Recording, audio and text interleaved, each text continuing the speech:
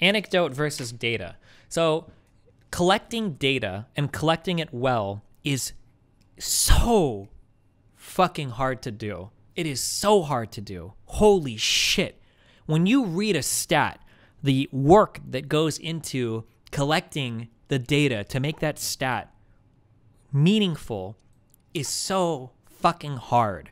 Let's do one quick thought experiment as an example, and we can start to go over the plethora of difficulties that you face as a statistics researcher or a data researcher. Okay, trying to do this, okay? Let's say that I want to find out how many people play video games, okay? What percentage of the population plays video games?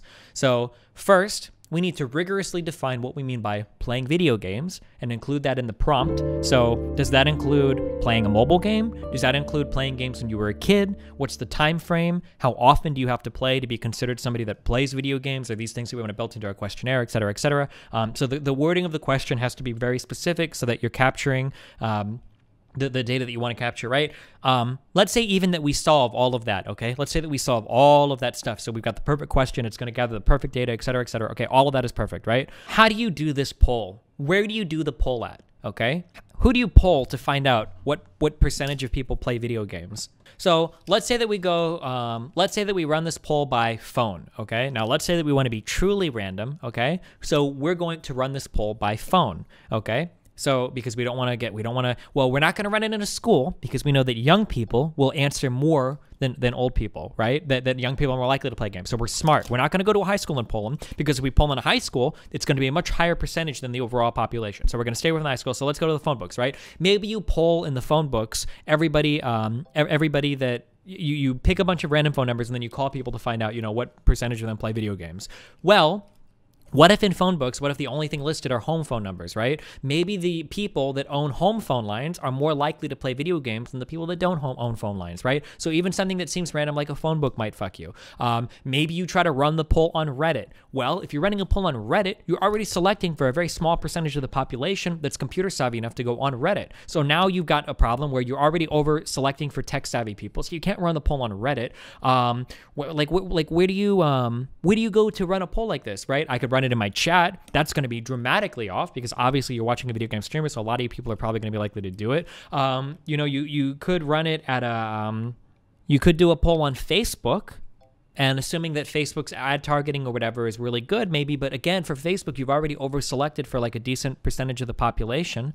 You could look at consumer data. Well, we're trying to collect consumer data, right? This is like a really simple question, all right? I'm just trying to find out, right? Like, how do you figure out like the percentage of people playing polls, right? These are all questions that you have to ask, right? Now, here's the important part about this question, okay? The thing is, if you poll people on this, okay, if you're doing it wrong, you're going to get data that's severely fucked in a certain category, and it's going to lead you to believe something that's not true, right? Say that we go to a ninth grade classroom and we poll people to figure out what percentage of them play video games. Whatever number we get is going to be way higher than reality, probably, because younger people probably have a higher tendency to play video games than older people, probably, right? There are famous examples of this fucking up in the past where I think somebody put like a call-in poll or something at the back of, it was either a magazine or a romance novel where the question was, are you happy with your marriage? And originally the poll was like dramatically off. It was like 90% of women were dissatisfied with their marriage. But when people dug into the research more, what they found out was that somebody that was unhappy with their marriage was much more likely to call in and report that than somebody that wasn't unhappy with their marriage. So even sticking something in the back of a magazine that might seem innocuous, like a decent way to collect data, could be severely off because the people that choose to respond to your poll are going to be motivated to answer based on what the answer is. There's like a million different things that can hurt your ability to collect data. When we were listening to the Sapolsky lectures on biology, right? They did that big study that showed that men were better than women at math because they tended to do better on tests or something. And it was like a hugely, massively controlled experiment. I think this got published in Nature, showing that even at early ages, men were more likely to do better than women.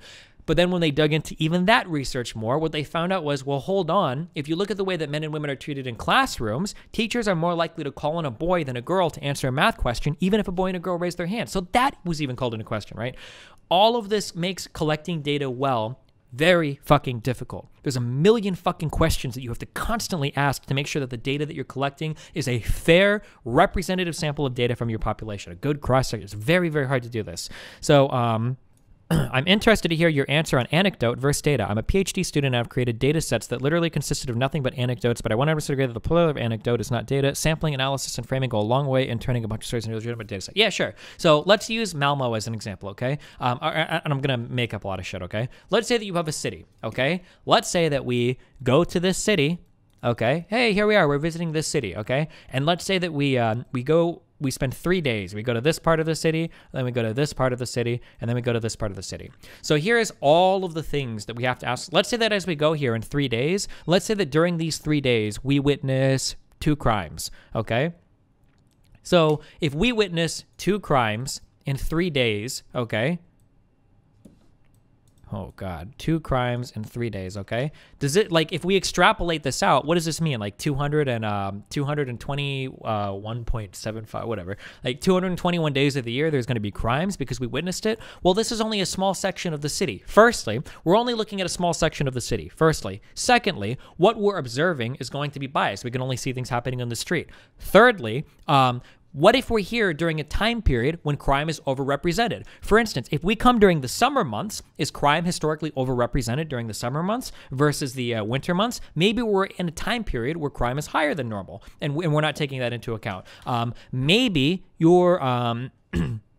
There's a million different confounding variables here that can influence what. Maybe you see crime that isn't reported. Maybe you see somebody stealing something that's not reported. So what you're actually seeing is something that could exist in a whole bunch of other environments that also isn't reported, but you're seeing it here, so you assume that it's, must only happen here or whatever.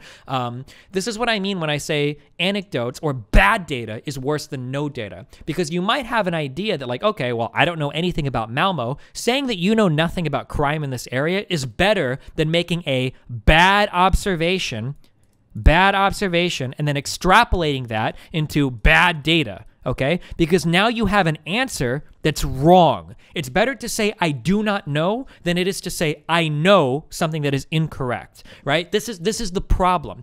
And you can apply this type of statistical analysis. You can apply this to a million different things in every part of your life. You can apply this form of thinking. Let's say that I do something on stream and I want to find out if I'm doing a good job at getting new subs. So let's say that I try something someday and I want to see that I do a good job at getting subs. Well, here's my first question. How many subs did I get today? Okay, wow, let's say that we got 25 subs. Well, is that good? Well, I don't know. How do we find out if that's good? Well, let's look at what we got the last day. Okay, I got 10 subs yesterday, and I got 25 subs today. Holy shit, that's really good. That's a success, right? We did it. We got 50 more subs yesterday than we did, or today than we did yesterday. Well, is that good? Well, we don't actually know. You have to compare more than that. When you're talking about sales figures, you're talking about running sales. What if yesterday was a Thursday, okay, and today was a Friday? Well, what if we go back the past week and we find out that last Thursday we got 11 subs and we got 40 subs on Friday? Well, actually, if we go back and we compare like days to like days, what we actually found out was, oh, well, hold on. Normally on Fridays, I get way more subs than I do on Thursdays. But when I did my special sub thing this Thursday, Friday, I actually got less than what I should have, right? Oh, well, shit. So maybe this was a massive fucking failure, right? Well, let's go back to last Friday. What if last Friday was the day after tax day? Well, hold on. Maybe it was tax. So what we actually have to do is go back a year or go back a month and say, okay, well, on the 31st of this month, last year, what were the sub differences between Thursday and Friday, right? This is what I'm saying when I'm saying that everything with data is so complicated that you have to make sure that you're looking at the right data, the right numbers, that there's a million different confounding variables that can influence whether or not the answer you're getting is telling you what you really want to know. I'm sorry, I'm presenting this in a really pessimistic fashion. I'm not saying that it's impossible to figure out an answer to anything. I'm just saying that, like, if you want to be intelligent about it, getting the correct answer to your data is such an involved process. It's a massively involved process to make sure that you're asking the right questions, that you're collecting data in a responsible way, and that data is actually answering the question that you're answering, or answering the question that you're asking, and not being confounded by a hidden variable that you're not considering. Ooh, okay. Does that make sense? The guy that asked me, why isn't the plural of anecdote data? Hey, Destiny, why do you want people to make good arguments? And if they do, how will that help you? I just like it when people talk about arguments in a rational way. If you're being irrational, it makes you impossible to communicate with, and I view you as less than human. We have brains and we have rationality. We have the capability to do that. No other fucking animal can do it. Fuck the vegans. Humans are the only ones that are cool enough to do this shit. That's why dolphins, even though they're so intelligent, are on the verge of fucking extinction because those dumb motherfuckers can't even figure out how to get out of the fucking water. Get the fuck out of here. You're still in the fucking ocean and you think you're smart? You guys run around raping your fucking foreheads with your dicks, all right? Fuck off, dolphins, all right? Human beings are smart as fuck. You have the capability of being rational. Embrace it, okay? The brain is the most important muscle in your body beside your fucking dick. Gotcha. I wish people like Tonga would know how difficult it is with the data. They're so fucking retarded when it comes to interpreting the data. Remember Sargon with the fucking marriage thing? Oh, yeah. Like, there's another really good thing, okay? Like, here's like, this is, I would bet money, okay, that over half of Americans would get this incorrect, okay? Over half of Americans will get this incorrect, okay? Okay, what does this graph tell us? Married couples do better among all races, okay? We can see the median household income of a person living alone. We can see the median household income of a single parent, and we can see the median household income of people that are married with children, okay? Here are a couple of statements that we can make about this data, okay? People that are married with children tend to have a higher median income than single people or people living alone, okay? That is the only statement that we can make about this data, period. Now, a lot of people will make a huge jump and they'll try to say, well, a single person, if they would just get married, they would make a lot more income. However, that is not supported. Wrong. That is not supported by this data. That is not what this chart tells you, okay? If a person living alone were to become married with children, their income would go, wrong. Nope, that is not what this tells you. That is not what this tells you. So, well, what do you mean, Destiny? People that are married with children have higher incomes than people living alone. Of course, if the person living alone would get married and have children, they would get a higher income. We don't know that. The data does not, that might be true, but what you have there is a hypothesis because that hypothesis is not supported by this data. You need to get new data to support that. We can think of multiple hypotheses that explain this data that don't involve that. For instance, maybe people don't choose to get married until they're wealthy. If that's true, that means that wealthier people tend to get married and then have children. That means that wealth is a precursor for marriage, not an effective marriage. Now, what I just said, that's another hypothesis. It's not necessarily supported by this data. Now, I happen to know that that's probably true because I've analyzed the data, or not analyzed, but I've looked up data before that wealthier people tend to get married. But I'm just saying that people will extrapolate a lot out of a single poll, and then they think that they can when they can't. Destiny, you cannot seriously think that over half of Americans, when I was saying that? Oh, no, you're right. I probably 75% plus would say that. But like, for instance, and we can run bullshit thought experiments to try to prove this too. Like, I can think of a plethora of circumstances where a person lives alone, they find another person that's broke as fuck, and they go like, hey, let's get married and have kids, and we'll make a fuck ton of money. No, that's not how that works, right? We don't have a mechanism to describe that. A mechanism where a person living alone can magically get married, have kids, and make a lot more money. That mechanism doesn't exist. You can't explain that. Or maybe you can hypothesize one, and we could go through the data and try to find out. But isn't it shitty to use household income on this graph and not independent income? This graph seems really misleading. Well, no, because household income is important, right? Because there are certain bills that will be shared, like utility bills will be shared, household bills, like mortgages or rent payments will be shared. So, What else? Like, I could think of a million different things for why. Oh, here's one that I learned about in psych class a long time ago, right? People do research and find out, like, does sleep correlate with success in school? And there was a study a long fucking time ago. My psych class, this was literally like, we're digging back, boys, like 11 years ago, okay? Where they did a bunch of research and they found that you could like directly correlate the amount of sleep that you got with you could directly correlate the amount of sleep that you got with your success in school. And the people that slept more did better in school.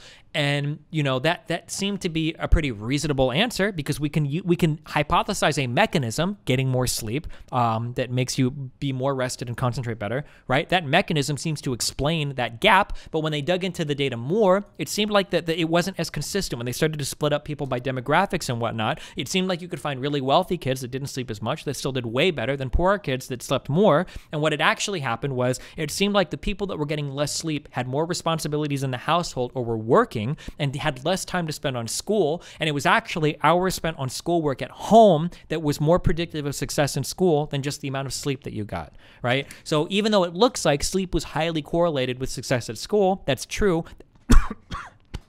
That wasn't the explaining reason, right? There were other confounding variables there that were more likely to explain your success or predict your success in school than just whether or not you got sleep.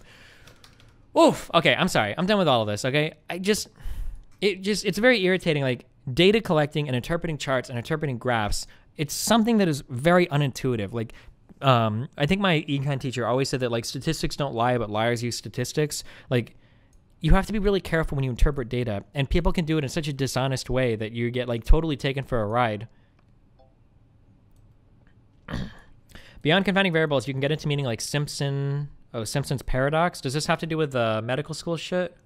Oh, this was used for female, where they argued that it was either male or female discrimination had occurred, but when you dug into the stats, it was backwards, wasn't it? Wasn't there a famous court case that argued that a university discriminated against, it was either men or women, because the overall percentage of women that made it was higher than the overall percentage of men, but when you dug into the actual data, it was actually the other gender getting fucked in every single circumstance, but because one area, was it the Berkeley, it might have been Berkeley? Ah, okay. Yeah, I remember reading about this a while ago. This is very interesting. One of the best known examples of Simpsons Paradox is the study of gender bias among graduate school admissions to the University of California, Berkeley. The admission figure for the fall of 1973 showed that men applying were more likely than women to be admitted, and the difference was so large that it was unlikely to be due from chance. So of the men that applied, 8,442 men applied, 44% were admitted. Of the women that applied, only 35% were admitted. But when examining the individual departments, it appeared that 6 out of 85 departments were significantly biased against men, whereas only 4 were significantly biased against women. In fact, the pooled and corrected data showed a small but statistically significant bias in favor of women. The data from the 6 largest departments are listed below. 82% of men were admitted, right? You see that the problem is that because the total number of men that applied to certain departments was so big compared to women that it weighed the data. Does that make sense? I'm not explaining this very well, but like, yeah, this was really interesting. How does determinism work in things like probability in video games like Hearthstone? Is there a way to know what will happen before you play a card? Oh yeah, of course. RNG in computers is never real. It's always an illusion. It's pseudo-random, right? Numbers are randomly generated via a variety of methods in computational theory. I mean, you can go read about them all. I don't know all of them. Sometimes they'll base it off your computer clock based on the millisecond will determine like how you roll something. Sometimes there's a seed where the seed will determine the next string of 200 rolls. That's why in games like Slay the Spire, if you save scum and roll it over and over again, you'll get the same rolls. It's because it's based on an initial seed that determines what the outcomes will be. Yeah, computer shit is far from random. Oh, an interesting one for Hispanic immigrants in the United States. That's another interesting thing where the raw numbers don't. That's actually comparable. I think that actually might qualify as a Simpsons Paradox. If you look at the raw number, if you take all Hispanic people that immigrate and you compare them to all white people in the United States, Hispanic crime is a little bit higher than white crime, and that seems to be the whole story, right? You'd say for somebody like Fuentes that hates Hispanic people, right? You'd say, well, look, the Hispanic people are more likely to be criminals. But when you break down the age groups of all the people that come over, if you break it down by age, there's actually more to the story. What you find out is young people oftentimes commit way more, well, young people are far more likely to commit crimes than older people. This is something that seems to be universally true. The younger you are, the more likely you are to commit crime. Well, if you look at the average age of a Hispanic immigrant, they're far more likely to be young versus old. There are tons of white people in the country that don't commit crimes. So when you control for age and you compare like-aged Hispanics to like-aged white people, you find out that Hispanics actually commit quite a bit less crime. But because they're so overrepresented in that age demographic, you find that overall they have a higher representation of crime as a result, right? So what you would expect to see is as Hispanic people become older, which the median age of Hispanic people is rising, you would expect to see those crime numbers fall. For Hispanic people altogether, not necessarily immigrants, if immigrants are all still young.